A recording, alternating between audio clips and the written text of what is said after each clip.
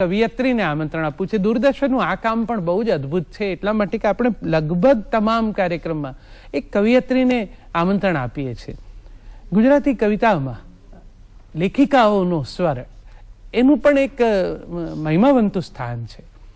કવિયત્રી આજે જે આપણા કાર્યક્રમમાં ઉપસ્થિત છે બેન સ્નેહા પટેલ. સ્નેહાની આ પંક્તિઓ કેવળ એક અત્યારની યુવતીના મનમાં જે ભાવ છે, સ્ત્રીના મનમાં જે ભાવ છે એની વાત લઈને આવે છે. નદી જેવી બિંદાસ વહું છું. હવે નદીઓ પરત પરથી ઉતરી અને સાગરને મળે એ જાણે પિતાના ઘરેથી પતિના ઘરે જતી હોય એવી કલ્પના તો કવિતામાં ગઝલમાં બહુ જ અદ્ભુત રીતે આવી છે, પણ એ પુરુષની અભિવ્યક્તિ છે. પણ પર્વત ઉપરથી વહેતી નદી એને બિંદાસ કહેવું એ સ્ત્રીના મનમાં જે મિજાજ છે, આજની સ્ત્રીના મનમાં નદી જેવી બિંદાસ વહું છું, પણ એ વર્તમાનથી દૂર નથી. સમાજ એની વાસ્તવિકતાથી પરિચિત છે. એટલે જ બીજી પંક્તિ એ કહે છે કે હા, એટલું ખરું કે વળાંકોને અનુરૂપ થઈ જાઉં છું. કશુંક બિંદાસ થવામાંથી કશાકને અનુરૂપ થઈ જવું, એમાં કેટલો સ્વીકાર છે, કેટલી લાચારી છે, કેટલી પીડા છે, કેટલી પ્રસન્નતા છે, એ તો કવિયત્રીના મનનો ભાવ છે. સ્નેહા પટેલને જ આપણે સાંભળીએ.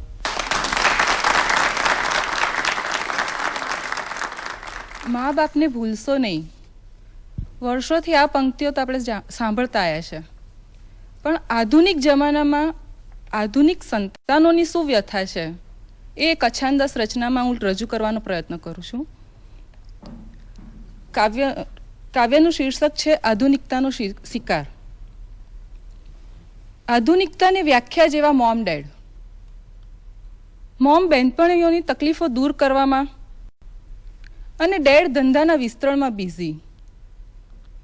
ઘરમાં કુમળું ફૂલ સ્વસ્તું પાંગરતું, મોમ ડેડના આધુનિક આંચળની છત્રછાયામાં કચડાતું. એકવાર ગણિતના કોયડે અટવાયું. Mom, dad, can you help me please? Mobile અને કોમ્પ્યુટરની સ્ક્રીનમાં ઘૂસેલા બે કાળા માથા અને 4 સફેદ આંખો અકળાઈ. ડોન્ટ ડિસ્ટર્બ અસ. તને કેટલી વાર સમજાવ્યું? તને કેટલી વાર સમજાવ્યું? જોતો નથી અમે કેટલા બિઝી છીએ? સ્કૂલમાં ભણતા શું જોર આવે છે? નાહકના અમારા પૈસા વેસ્ટ કરે છે. પ્રશ્ન પૂછતા શિક્ષકે આપેલી સોટીની પ્રસાદી પંપાળતું. આંખમાં ખારો ઊસ સમંદર ભરીને ઘરની કાયમી સાથ આપતી દિવાલને અઢેલીને માસૂમ દિલ આકાશમાં તીખી વેધક નજર નાખતા વિચારે છે, કાશ મા બાપ બનવાની પણ એક સ્કૂલ બનાવી હોત તો.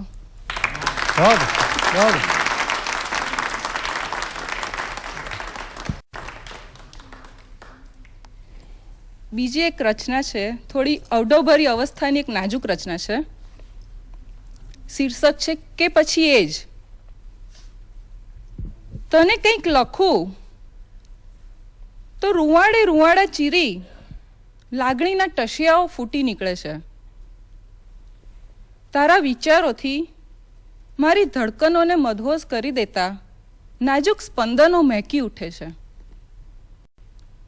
તારા મિલનની આશમાં મારી ઈચ્છાઓ આંખના કાળા વાદળો ચીરી પૂરપાટ વહી નીકળે છે.